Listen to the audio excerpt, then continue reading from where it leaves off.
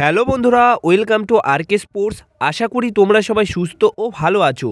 তো এই ভিডিওতে কিছু গুরুত্বপূর্ণ আপডেটস রয়েছে যেগুলো এক এক করে শেয়ার করব, তাই একটু স্কিপ না করে এই ভিডিওটা শেষ অবধি দেখতে থাকো এবং এই চ্যানেলে প্রথমবার এসে থাকলে চ্যানেলটিকে তোমরা সাবস্ক্রাইব করে নিও। তো বন্ধুরা, প্রথম যে খবরটা শেয়ার করব আশিক কুরনিয়ানকে নিয়ে দারুণ একটা সুখবর পাওয়া যাচ্ছে এই মুহূর্তে। সেটা হচ্ছে আশিক কুরনিয়ানও কিন্তু আনোয়ার আলীর মতো খুব তাড়াতাড়ি মোহনবাগান দলের টিমে জয়েন করতে চলেছে।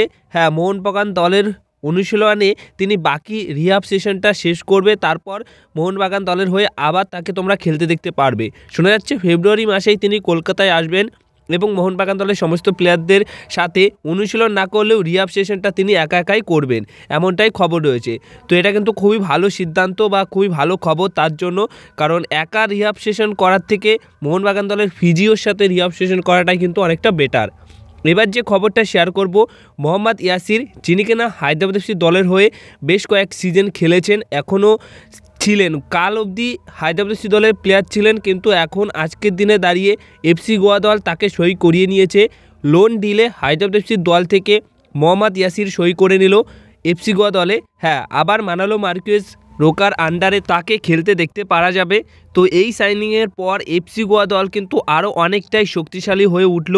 এফসি গোয়া দল এখন মোটামুটি বলতে পারি যে কেরালা, মুম্বাই, আমরা এই দলগুলোকে নিয়ে কথা বলতাম এবং এফসি গোয়া দলকে নিয়েও কথা বলেছি, বাট মাঝখানে তারা এমন দুটো তিনটে সিজন গেছে তাদের একদমই ভালো পারফরমেন্স যায়নি, বাট এই সিজনে তারা কিন্তু যথেষ্ট শক্তিশালী দল তৈরি করে ফেললো এবং উইন্টার ট্রান্সফার উইন্ডোতেও তারা বড়সড় চমক দিল। এবার যে খবরটা শেয়ার করব, দীর্ঘ 7 বছর পর ভারত থেকে এবার বিদায় নিল এদু বেদিয়া। এই এদু বেদিয়া সেরা একজন মিডফিল্ডার, যিনি কিনা প্রথম 6টা বছর আইএসএলে খেলেছেন গোয়া দলের হয়ে। তারপর এই 7 বছর মানে 7 নম্বর বছরে এসে তিনি আই লিগে গোকুলাম কেরালা এফসি দলে সই করেছিলেন, বাট এই উইন্টার ট্রান্সফার উইন্ডোতে যেটুকু খবর সেটুকু হচ্ছে পুরোপুরি কনফার্ম আপডেট, এদু বেদিয়া লিভ নিয়ে নিয়েছে গোকুলাম কেরালা এফসি দল থেকে এবং পুরোপুরি ইন্ডিয়া থেকেও লিভ নিয়ে নিল। আর তিনি বর্তমান সময় দাঁড়িয়ে সই করে নিয়েছে তার নিজের দেশ স্পেনের 4 নম্বর লিগের একটি দলে তিনি সই করে নিয়েছেন। তো এদু বেদিয়ার বিদায় কিন্তু ঘটে গেল। এই প্লেয়ারটিকে নিয়ে মোহনবাগান দলেরও একটা রিউমার কিছুদিন আগেই শোনা গেছিলো, বাট আমার মনে হয় যে এই এদু বেদিয়াকে যদি মোহনবাগান দল সুপার কাপের জন্য এক্সট্রা বিদেশি প্লেয়ার হিসেবে সই করাতো এবং যদি খেলাতো তাহলে খুব ভালো হতো। মোহনবাগান দলের মাঝমাঠটা যথেষ্ট একটু হলেও শক্তিশালী থাকতো, বাট সেটা আর হলো না। এদু বেদিয়ার মোহনবাগান দলের খেলা হলো না, আর মোহনবাগান দল তাকে দলে সই করানোর জন্য নেওয়াও হলো না। তো যাই হোক, যে রিউমার নিউজটা জানা গেছিলো সেটা কিন্তু এখন আর কোনো কাজেরই নয়।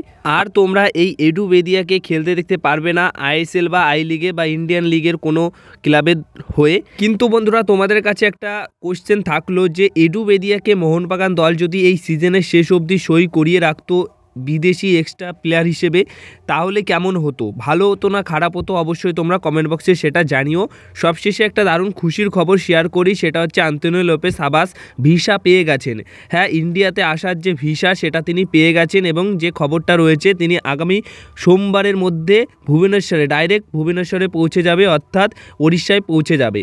তো এই ছিল আজকের কিছু গুরুত্বপূর্ণ আপডেটস। যদি এই ভিডিওটা ভালো লেগে থাকে অবশ্যই ভিডিওতে লাইক, শেয়ার, কমেন্ট করে দিও এবং এই চ্যানেলটিকে তোমরা সাবস্ক্রাইব না করে থাকলে এক্ষুনি চ্যানেলটিকে সাবস্ক্রাইব করে নিও, কারণ এখানে তোমার প্রিয় দলের সব রকম খবর পেয়ে যাবে।